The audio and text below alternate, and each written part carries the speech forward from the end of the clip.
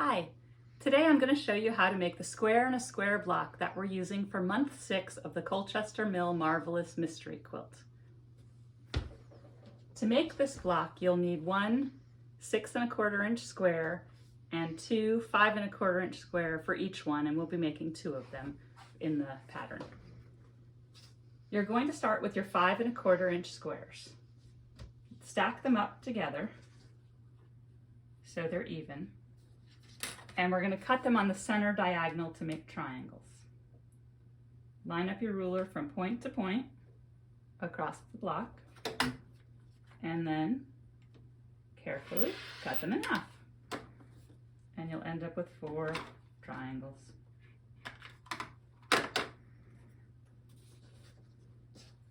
These triangles are going to go on each side of our large square of fabric 1. Basically like that. You're going to sew opposite sides first and then the other 2 sides. So I'm going to set 2 aside. In order to make them line up nicely, you'll need to match the center point. To find the center of your large square, you can simply fold it in half, and I'm pressing a crease mark in there so I can see where the center is. And then on your triangle, it's the long side of the triangle that you need the center of. So you can fold that in half to find the center. And I'm just going to take one pin, put it right in that fold I just made to mark that point, and I'm going to line it up with the fold on the large square and pin it in place. Notice the triangle overhangs the square. It's larger than the square, and that is even on each side. You can pin both sides at the same time. Fold it in half, find the center, mark it with a pin,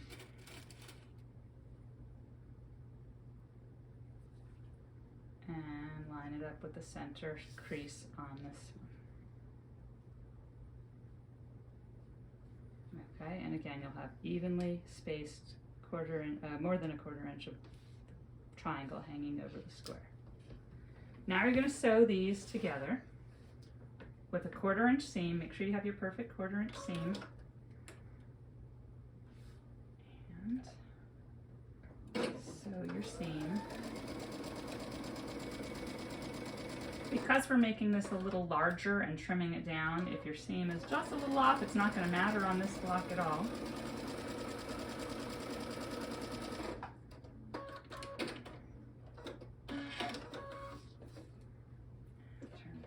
So the second one.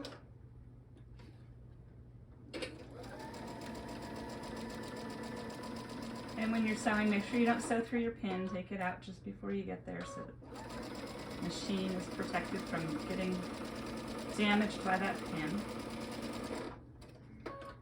Okay. After you sew your 2 seams, you're going to press the seams towards the triangle. So I'm laying it on here. You can hit it with the iron to set the seams. And then finger press it back like that. And use your iron. And don't move your iron around. It is a triangle, so it's cut on the bias there. You don't want to stretch it out and move it around much. You just want to press it flat. And there you go. Okay, now you're going to come back and you're going to find the center point of your other 2 triangles and put them on the opposite sides.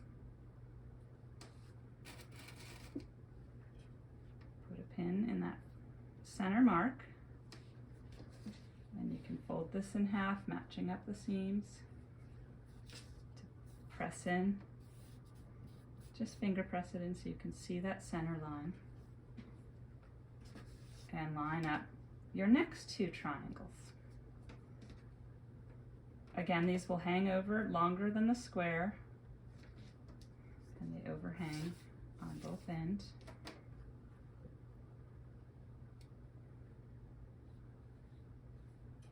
Fold it in half, mark the center,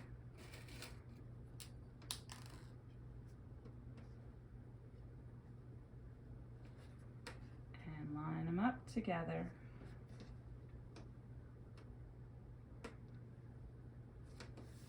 All right, and then we're going to sew 2 more seams.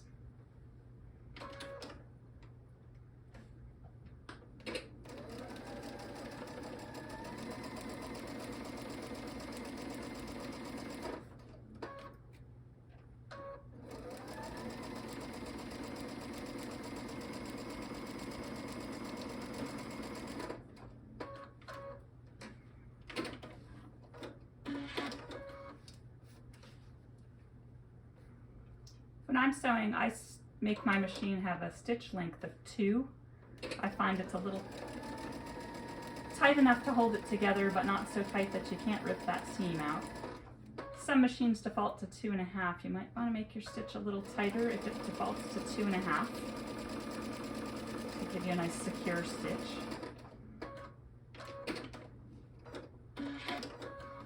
All right, and now we're going to press those 2 also towards the triangles to complete that square and a square unit. Hit it with the heat to set your seam. Fold it back and let the iron press that seam.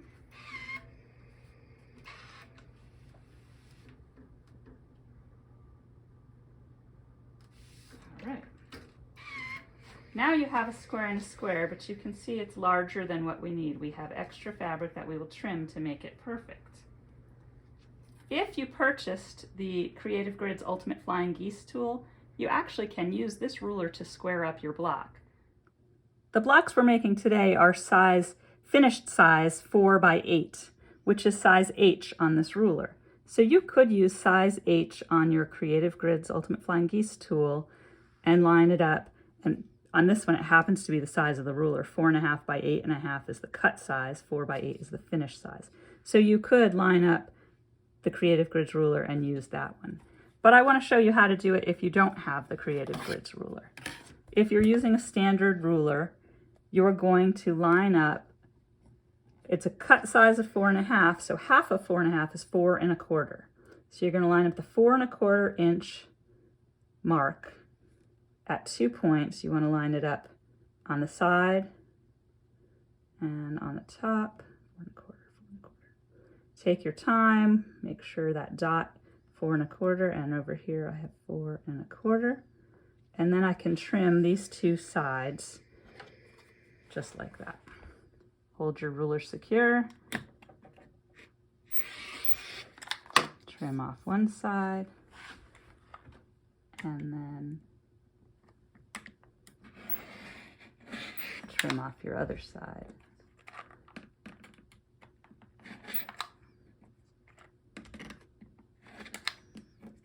Sorry, I'm at a sideways angle. There we go.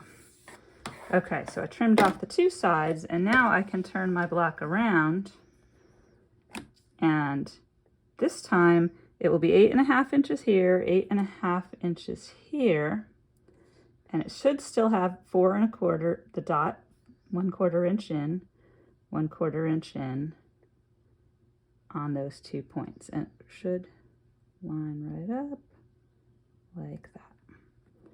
And then you'll trim the top side and the other side. There you go. And now you have a perfect 8.5 by 4.5 inch cuts, 8.5 inch square with your 4.25 inch spots. And it'll be a perfect square and a square block. You'll be making 2 of these for the Marvelous Mystery Quilt.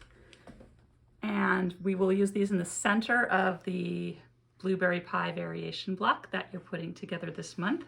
There's one for that block and one that you'll save for later. I hope everyone's having a lot of fun making the quilt, and I look forward to seeing your block pictures on our Facebook group. Thanks.